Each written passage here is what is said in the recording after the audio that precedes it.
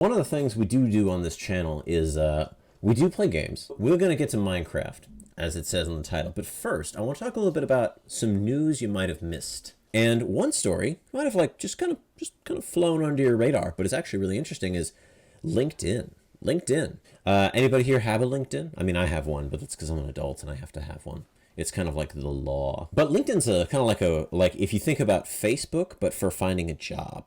That's kind of what LinkedIn is. It's like a weirdly social media job site. Anyways, so LinkedIn is pretty big in the US, and they had a branch in China.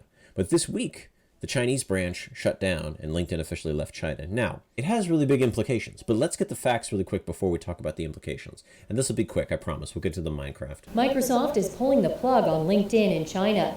The company announced the move in a blog post Thursday.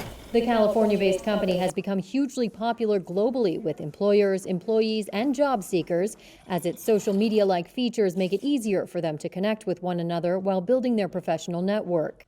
But 7 years after its launch in China, the company cited the challenges of operating in a country with strict government regulations over content sharing. LinkedIn said it would replace the Chinese service with a new portal called InJobs later this year. The new service will not include a social feed or the ability to share posts or articles. LinkedIn is the only major U.S.-owned social network operating in the country. Now, if you're familiar with China at all, you know that if you go to China and you want to do some social media stuff, you got to use something called WeChat. WeChat is actually an amazing application. Like the amount of effort that went into WeChat is pretty incredible.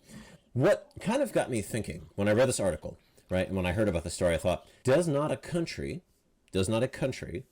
even a country that maybe you don't have the most favorable opinions of, do they not have the right to control what internet flows in their own borders? And that's a really interesting question, because I think a lot of the times we think about the internet, right? This thing that we're on like right now, and we think about it like this big nebulous cloud thingy, cyberspace. It's not real. It's out there, right? But as it turns out, it's, what's known as cyber sovereignty. That's a really big thing globally. A lot of countries, almost 70, so like 1 in 3 countries, has some sort of cyber sovereignty policy.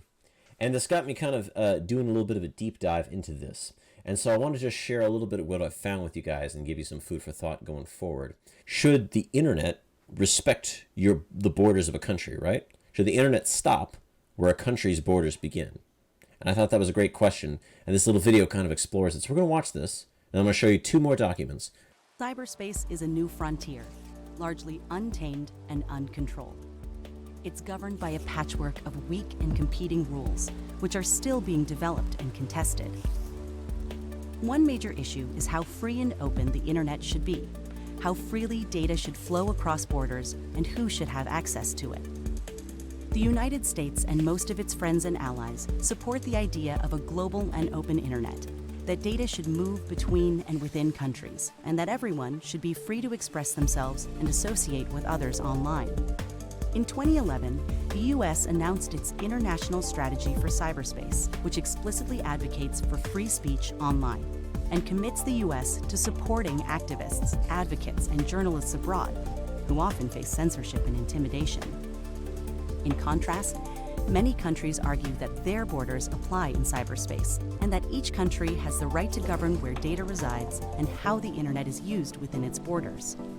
China is the strongest advocate for this concept of cyber sovereignty. While its government acknowledges the economic opportunities the internet provides, it believes that if too many people and organizations act and speak freely online, they can pose a political threat. So China built its Great Firewall in the early 2000s, using legislation and technology that forbids content critical of the government and blocks and filters certain websites and information. China also insists that foreign companies that do business in China must physically store some types of data on servers in the country. While the government claims local data storage is important for national security, foreign critics say the rules make it easier for Chinese intelligence to conduct surveillance on those companies and on individuals. Nevertheless, China promotes its vision of cyber sovereignty abroad, inviting world tech leaders to the annual World Internet Conference in Wuzhen and discussing the idea at the United Nations. Cyber sovereignty is this sort of question of, does the internet have to respect political borders? Because, I mean, we pretty much expect political borders to work for anything else, right? What would make the internet so different? The question seems to hinge on this idea that the internet is different. It's something that should supersede natural borders. There's two things wrong with this. One is that you have to assume that the internet is somehow different from physical infrastructure. And the truth is the internet's not actually that different from physical infrastructure, right? So I want to show you one quote. It's from an article. It's called Always in Control, Sovereign States in Cyberspace, right? And there's a little paragraph here I want to read for you. Ultimately, cyberspace has transformed how we might understand future governments. Rather than signaling the decline of states, it says Westphalian, that's a very technical political term. It has in fact enabled sovereign powers to evolve, creating new means of governance and reinforcing centralized power authority in significant ways. All of these realities are lost in the romantic vision of cyberspace as a libertarian playground of deterritorialized freedom. This is a really fancy way of saying, like, it's a fancy way of saying this idea that cyberspace doesn't have a home, doesn't have one place it has to stay the whole time. Emphasizing the historic and enduring importance of sovereign authority to cyberspace recovers its intrinsically material, territorial, and state-based origins that can be fortified, not challenged. What we have to remember is that the internet, what we're doing right now, is sending bits of data that is transformed into electricity that's stored on a server and run through a cable, right? Or sent through a satellite. But all of that is physical infrastructure. And that physical infrastructure belongs to someone, and in some cases it belongs to a state. So this idea that the internet is somehow a big nebulous floating cloud, that's a big misconception. And that the state as a purveyor of the internet is really important to keep in mind. The other thing is some people sort of negotiate this with the argument that the internet is a human right. And what's interesting about that is I think a lot of us, maybe like gut reaction, we'd see something about that. We might say, yeah, the internet's a human right. We can't live without it. Finding a job, connecting with people, living a meaningful existence, although we may not want to admit it, does sort of center around the ability to use the internet. But there is one interesting counter argument that I came across while doing some research for this.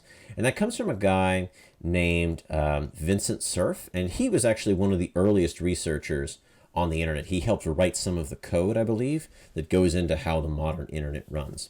And when he was asked this question, right, should the internet be a human right? Is this something that should supersede state sovereignty and be able to go across borders unhindered? He said, while that argument, however well-meaning, misses the larger point.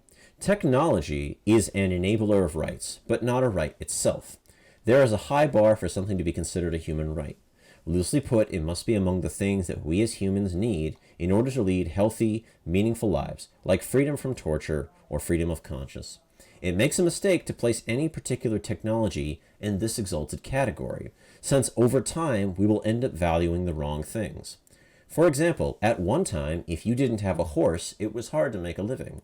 But the important right in that case was the right to make a living, not the right to a horse. Today, if I were guaranteed the right to a horse, I'm not sure where I would put it. But I don't know. I'd be curious to know what you think, and this hopefully is giving you some food for thought next time you read an article about internet censorship or something of that nature. So hopefully this has given you a little bit to think about. But as I said, we'll keep it short, and let's go play some Minecraft.